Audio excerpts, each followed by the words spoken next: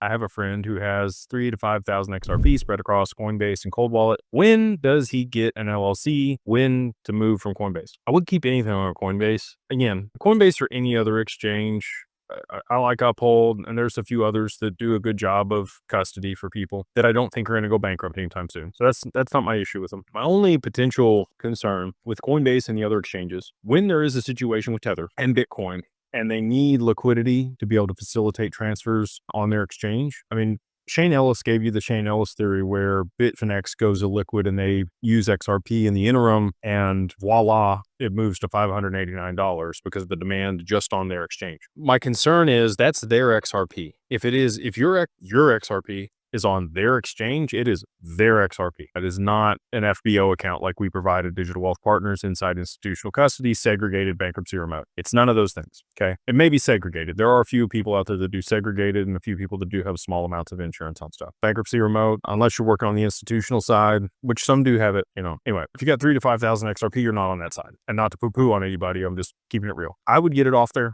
get it on your cold wallet, just so that you don't have any counterparty risk.